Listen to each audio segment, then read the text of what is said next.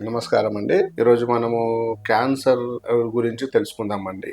ఎందుకంటే ఈ ప్రపంచంలో మనకు అతి భయంకరమైన వ్యాధుల్లో ఒకటి హార్ట్ సంబంధించిన ప్రాబ్లం అని చెప్పొచ్చు. ఇంకోటి క్యాన్సర్ అని చెప్పొచ్చండి. మనకు ప్రపంచంలో తీసుకున్నట్లయితే ప్రతి 6గురిలో ఒక్కరు క్యాన్సర్ బారిన పడి మరణిస్తున్నారండి. ఈ క్యాన్సర్ మెయిన్ గా మనకు ఎలా గుర్తించాలి? చాలా మంది అంటుంటారు, సార్ క్యాన్సర్ అనేటిది ఎట్లా ఉంటది, మన బాడీలో ఉత్పత్తి అవుతుంది కదా, అంటే ఇది బయట నుంచి వచ్చే వైరస్ కాదు, బ్యాక్టీరియా కాదు, మన శరీరంలోనే క్యాన్సర్ అనేది ఉత్పత్తి అవుతుంది. ఇది ఎలా క్యాన్సర్ అనేది పెరుగుతుంది మన శరీరంలో, దీనికి గల కారణాలు ఏంటివి, లేకుంటే దీన్ని ఎలా గుర్తించాలి అనేది మనం చూద్దామండి. ఇప్పుడు క్యాన్సర్ విషయానికి వస్తే ఫస్ట్ మనకు మొదటగా దీన్ని ఎలా గుర్తించాలి అంటే ఫస్ట్ మనకు విపరీతమైన దగ్గు, అంటే అన్కంట్రోలబుల్ కఫ్ ఉంటుందండి. మనకు కంట్రోల్ కాకుండా కంటిన్యూస్ గా దగ్గు విపరీతంగా ఉంటుంది.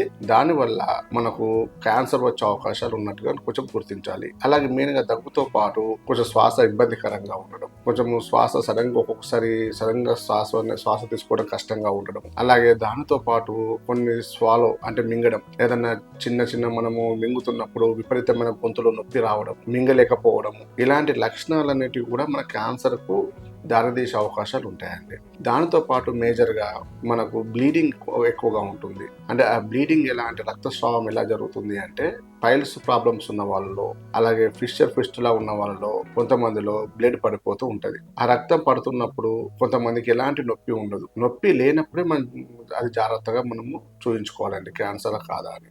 ఎందుకంటే మనకు ఆ రక్తం కూడా ఎలా ఉంటుందంటే చిక్కగా బ్లాక్ కలర్ లో ఉంటుంది. ఆ బ్లాక్ కలర్ లో కొంచెం రక్తం పడుతుంది అనుకుంటే మాత్రం ఖచ్చితంగా ఇది క్యాన్సర్ కాదా అని మనం నిర్ధారించుకోవాలి. ఇంకోటి ఏంటంటే లేడీస్లలో ముఖ్యంగా పీరియడ్స్ టైంలలో వాళ్ళకు విపరీతమైన బ్లీడింగ్ ఉంటుంది.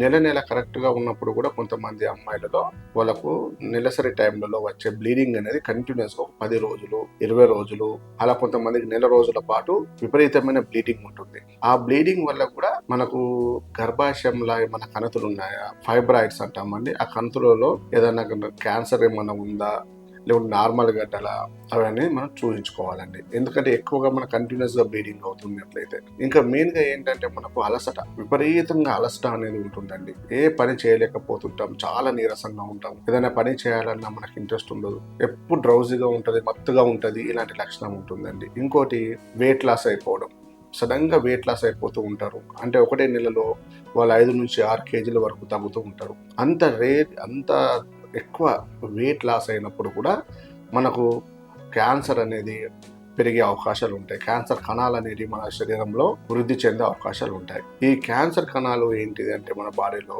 మన ఇమ్యూనిటీ తగ్గిపోయినా, మన రెసిస్టెన్స్ తగ్గిపోయినా ఆ క్యాన్సర్ కణాలు పెరుగుతూ ఉంటాయి. మేజర్గా ఏంటి అంటే మన బాడీలో ఎక్కువగా ఇది రావడానికి మెయిన్ కారణం, క్యాన్సర్ ఒకవేళ రావాలి దానికి మెయిన్ కారణం అంటే మనం తీసుకునే ఆహార అలవాట్లను బట్టి కూడా ఉంటుందండి.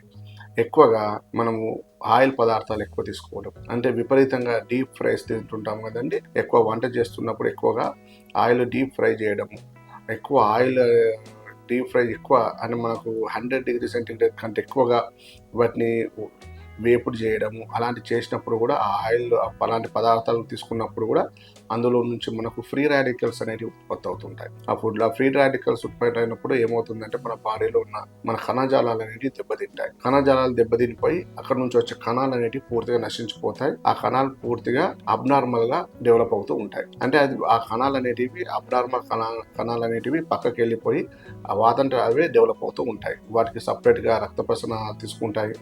అవి మెల్లమెల్లగా ఆ కణాలు మల్టిపుల్ అయిపోయి విభజన చెందుతూ చాలా ఫాస్ట్ గా గ్రోత్ అవుతూ ఉంటాయి. మెయిన్ గా సాల్ట్, ఉప్పు తగ్గించేయాలి. అలాగే షుగర్ పూర్తిగా మానేయాలండి. షుగర్ వల్ల కూడా రక్తం చిక్కగా అయిపోయి అక్కడ కూడా కణాలు కొన్ని దెబ్బతిని క్యాన్సర్ గా మారే అవకాశాలు ఉంటాయి. కాబట్టి షుగర్ కూడా మొత్తం మానేయాలండి. ఇలాంటివి కొంచెం పాటించుకుంటూ జాగ్రత్తగా మంచి ఫుడ్ తీసుకుంటే మన క్యాన్సర్ నుంచి బయటపడవచ్చండి. నమస్కారం అండి.